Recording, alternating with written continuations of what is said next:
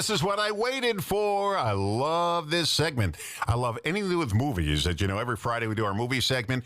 Well, we have a special segment today with Nell Minow, the movie mom from MovieMom.com, and we're going to preview the summer movies.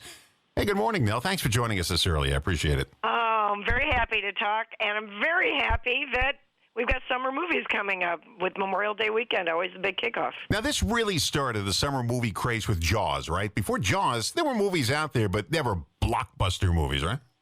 And Jaws was the big surprise. Nobody expected it. Jaws really created the blockbuster. You know, before that, if a movie made money, that was great. But Jaws made buckets of money and really transformed the idea that particularly that summer is the time for blockbusters and, excuse me, fall is the time for awards movies, serious awards movies. Okay, so actually an ocean full of money. We'll just say that. Okay, Yeah. let's kick off the movie season with this weekend, Mission Impossible. This is the final one, right? That's what they say, but you know what? If it makes a ton of money, who knows? We could get more. What I liked about this one, excuse me, what I liked about this one is that they actually brought back a character who had the most minor role in the first one, and he became my favorite character in this movie. I thought it was just wonderful. And Tom Cruise, of course, does his own stunts, no CGI, no stunt performers, and so when they've got one biplane and chasing another one, so two of these old-fashioned planes with two sets of wings, you can see Tom Cruise hanging off of it, falling off, climbing back on as the planes are just, you know, zooming through the sky. And there's another scene where he's in a sunken Russian submarine under the Antarctic, and every time he moves from one part of the submarine to another, it sort of rolls over and things start falling on him. And, of course, they spend 15 minutes explaining that he'll die instantly if he doesn't have the super diving suit on, and he has to take it off. He spends a lot of time with his shirt off in this movie, looking very good for a guy in his 60s. You got to be nervous if you're the producer of the film and your star of the whole movie wants to do his own stunts, because he gets hurt, you don't have a movie anymore. Well, that's right. And my favorite story about that is that Matt Damon said that he was comparing notes with Tom Cruise. He's talking about the Bourne movies. He said, you know, we had this one stunt, but the stunt coordinator said it was too dangerous, so we didn't do it. And Tom Cruise said, when my stunt coordinator says the stunt is too dangerous, I get a new stunt coordinator. That is good. Yeah, the person who says no, I get rid of that person until I find the person that says yes. Exactly. And he says he wants to make movies until he's 100 years old. So who knows? We may get Mission Impossible, you know, the AARP era at some point. But, Mission Impossible, yeah, the retirement you home. don't care what it is he's going after. Yeah. I mean, blah, blah, AI, blah, blah, the whole world is at risk, blah, blah. But what you do care about is, of course, he's got this great relationship with his team. And, yes, one of them does die during the course of the movie, quite early in the movie. And of course, the stunts. So that's what we're there for. So you can watch it with the sound off if you want to. It doesn't matter. You just get to see the stunts. Karate Kid Legends. There's a series that's not going away, huh? Well, you know, if you had decided to imagine what movie series was going to produce a very different television series that became incredibly popular, the Cobra Kai series, I would never have picked the Karate Kid. I actually talked to the guys who created the Cobra Kai series when I was at San Diego Comic-Con, and they were, you know, basically the kids who had the lunchbox. They were passionate fans as kids, and they just wanted to keep the story going. And now here we are back in theaters again. And this time, we've got the characters from both versions. So you got Jackie Chan and Ralph Macchio are back, and I think somebody will be waxing on, waxing off, and kicking. I still think Ralph Macchio's best movie is My Cousin Vinny.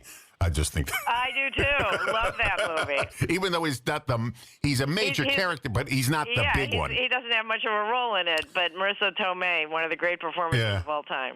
Another John Wick movie. This one's called Ballerina.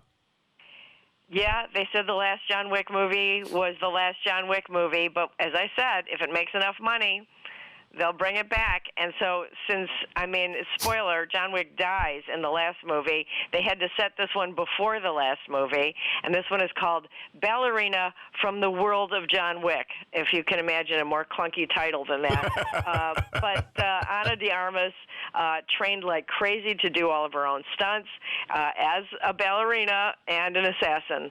Just the two professions that you would imagine would go together. How to Train Your Dragon. This is a series I didn't expect to take off, but it did.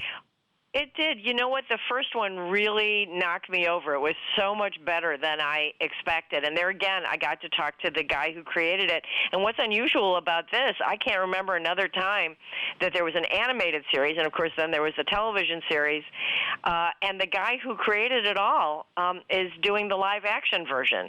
And it is a true labor of love for him. He laughed when he told me that the dragon, Toothless, in the movie is inspired by his own pet, who is not a dragon, but I think a cat. And I just loved that first one. I loved the whole series. The third one made me cry. But the characters are so endearing, and the dragons are so imaginative. I think this live-action one's going to be good. 28 years later, there's another. That's like a Walking Dead type series. Yeah. The thing that surprised me in the original one, which was 28 days later, and then they had 28 months later, is you think of zombies as kind of slow, but they had really fast zombies. And I still think that first one, 28 days later, had one of the scariest scenes I've ever seen in any movie, because the zombies, of course, were terrifying, especially because they were so fast, but it was the humans who were the most terrifying because of the way they betrayed each other to try to stay alive. I thought that was the most chilling movie. So, yeah, I think this one is going to be good, but I have to tell you, I may skip it myself because I just have had enough of zombies. I don't know how many more zombies I want to watch. On this TV series, 2.5 Men, the little kid is preparing to ask George Washington questions. That was his assignment. And he says, President Washington, which do you prefer more, the fast-walking dead or the slow-walking dead in the films? And that's what it was, the fast walkers. Yeah, absolutely. Megan 2.0. This might have been a surprise hit, Megan. Kind of a weird-looking face on this young lady. It looks like a doll face. Megan 2.0. She's a robot. That's why. Yeah, so she looks like a robot. Yeah, it was a shock to everybody how successful that first one was, and there was a very funny parody about it on Saturday Night Live. But yeah, it became kind of a cultural phenomenon, and as you could see from the poster, that just as the little girl is growing up, the new Megan is a little more grown up. She's got kind of a more adult looking, well, maybe teenager-looking body, and I'm sure she's just going to be just as ruthless this time as she was the last time. When you tell a robot to take care of somebody, no matter what, be prepared for the consequences. You know what the thing is? I would normally go to the movies to see this, but my wife won't. And I don't want to be one of those creepy old men who sit in the theater all by themselves with a kid. So I don't see it. The Jurassic Park franchise, this one is huge because we have, I can't keep track of all the names because they all have different names. This is Jurassic World, another one coming out. Jurassic World is another one where, the original Jurassic Park, obviously a smash hit. It is a fabulous, fabulous movie. The sequels have been, remember the famous Running in the High Heels? I mean, they've been a little bit silly at times.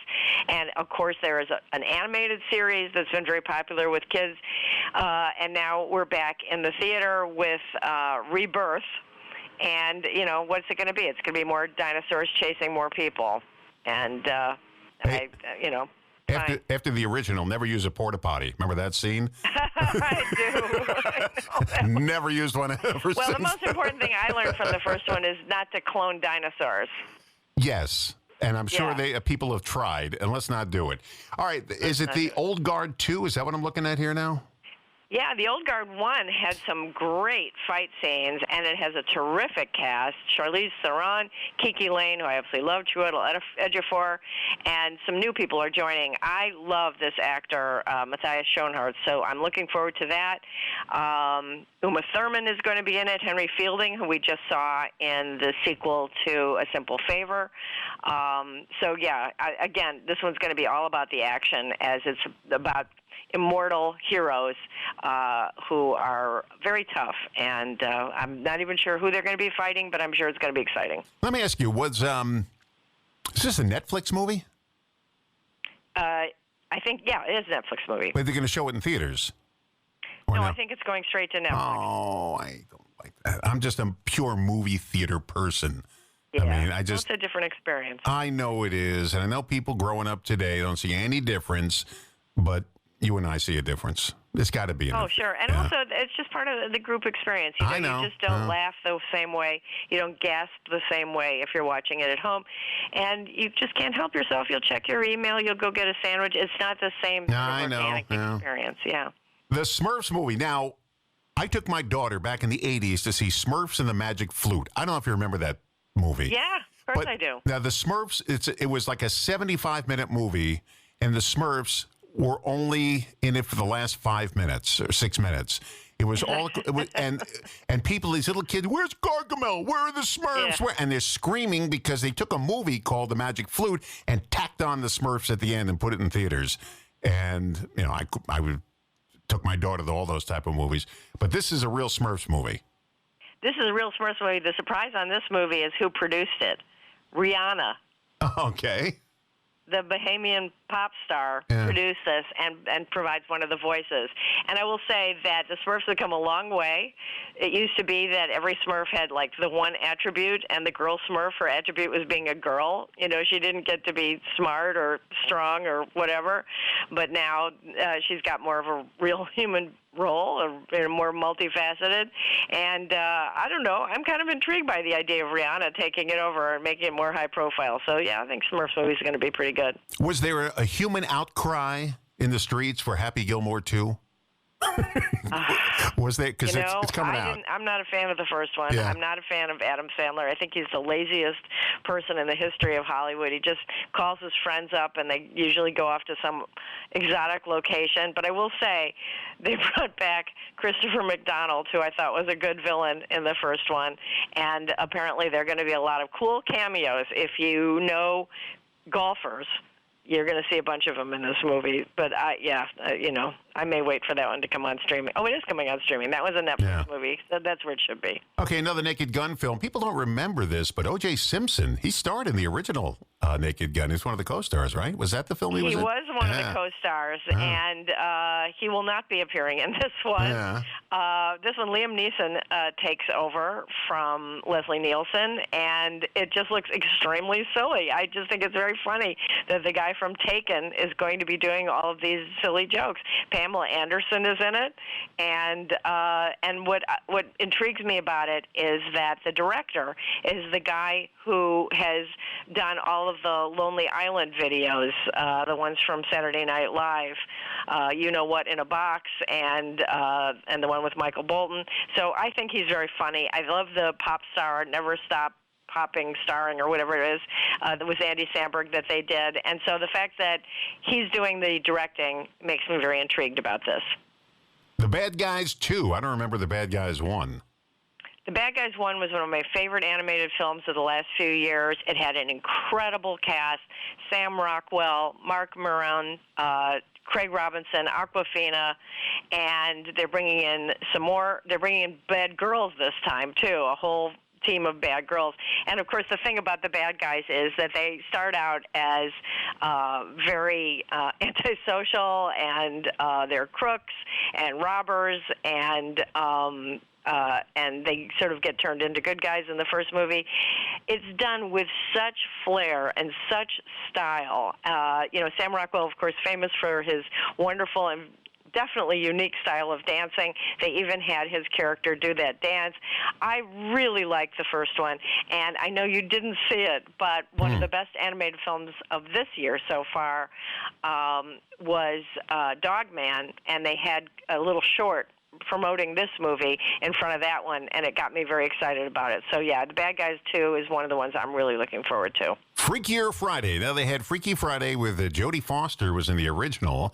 Didn't they have a... That's right. They had a remake of it, and this is another one, right?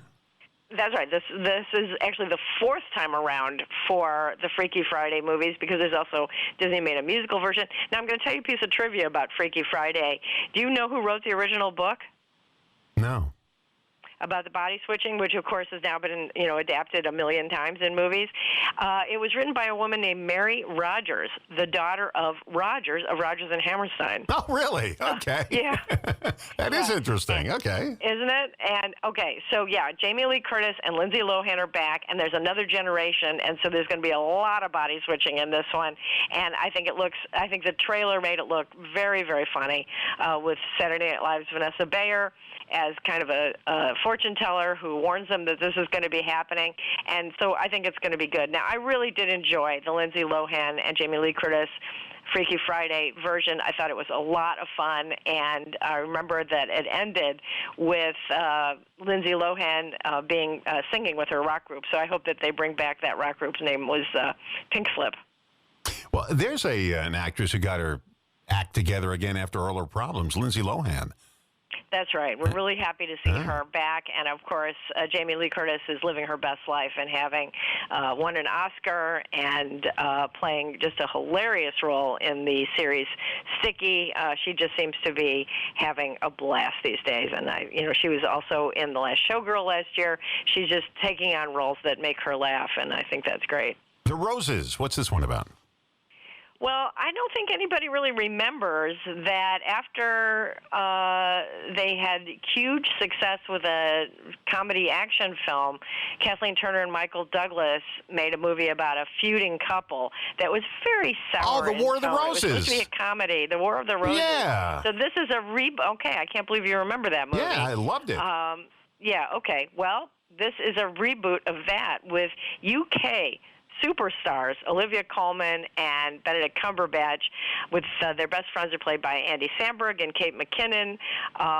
And I have to tell you, I don't know how funny I think it is that couples are torturing each other and insulting each other, but I'm very intrigued by the cast. And if you like the first one, maybe you're going to like this one too. And the first one was narrated by Danny DeVito, their attorney. That's right. That's right. Because he was their co-star. Yeah, he narrated the whole movie. That was good. Yeah. The Toxic Avenger. This one came out from some kind of weird studio when it first came out in the 70s, I guess, or 80s. You're exactly right. It was kind of came out one of those studios that produces movies for $25 or less. I know, its cheesiness was part of its appeal, and yet sort of like Little Shop of Horrors, which was also made like over a weekend. It inspired sequels, a stage musical, a comic book series, a video game, an animated series, and now there's another version. And what I think is really sort of appealing about this one is that the Toxic Avenger, whose nickname, of course, is Toxie, is played by Peter Dinklage. Oh, yeah, great actor, yeah. Terrific actor. I don't know how much of him we're going to see under all of the makeup and everything, but it also has Kevin Bacon, Elijah Wood, the wonderful Taylor Page, Jacob Tremblay, who was the little kid in Room, and Jane Levy, who I love. So it's got a great cast. But remember, this movie is going to be very graphic, really not for the faint of heart. They're doing a documentary on Marvel's very first movie. Do you know what the very first Marvel movie was? No. Yeah. Nobody's going to guess it. Howard the Duck. Oh, gosh, of course that's a Marvel movie. Huge flop. I liked it. I was one of the few people that actually liked it. It was a horrible... You were one of the few people who actually saw it. I mean, that was one of the most famous flops in history, and it was from, I think the people who wrote it are the same people that wrote American Graffiti. Everybody had really high expectations. And I liked that movie. I felt so bad for that duck, and it was kind of a cheesy duck. I mean, it looked like some kind of hand puppet type of duck. It didn't work well. Can I bring you back for part 2 of this? Absolutely. Okay, we're going to set a date. I'll call you. I'll get a hold of you later today. We're going to set a date. I got to get to part 2 because I'm looking ahead here, and we got Superman, a whole bunch of other things. I mean, this is just the tip of the iceberg, what's coming out this summer. You know what's really sad, though? When they dump a lot of big movies on one day, and you can't go. There was a book written. I'm going to look up the name of the book. It was about the weekend, the Terminator 2, Legally Blonde, Red, White, and Blue, I think. And it was 3 big movies that came out on the same holiday weekend. And it talks about what a mistake they did putting those movies together on one weekend because there can only be one winner. Barbenheimer seemed to have done pretty well. I was going to say, that's the rarity because they're Yeah. totally different audiences. Yeah. Totally different. But these weren't. I don't know. A lot of people went to see both and bragged about going to see both. So, you got a long weekend. You got time to go to 2 movies. I didn't really care for Oppenheimer. It was okay. Didn't I live up. didn't care for Oppenheimer either. Yeah. I thought, I completely agree with you. I thought it was, I admired it more than I liked it, and I don't ever plan to see it again. You know what they said? This is Humphrey Bogart said when they asked him about the Caine Mutiny movie, he said, it was a good movie, but they crapped it up with a love story. I said the same thing about Oppenheimer. They kind of ruined it with Well, absolutely. We had 4 movies come out within a 4-month period that were about immensely consequential people and spent much too much time on their romantic story. So we had the Leonard Bernstein movie, the Napoleon movie, the Oppenheimer movie, and what made those men interesting was not who they were in love with and how they treated them. I know. It was about the stuff they actually did. Nell, I got to have you back. This goes so fast when I'm with you. We'll set a date. We'll talk soon. Part 2. Thank you. Nell Minow, the Movie Mom at MovieMom.com.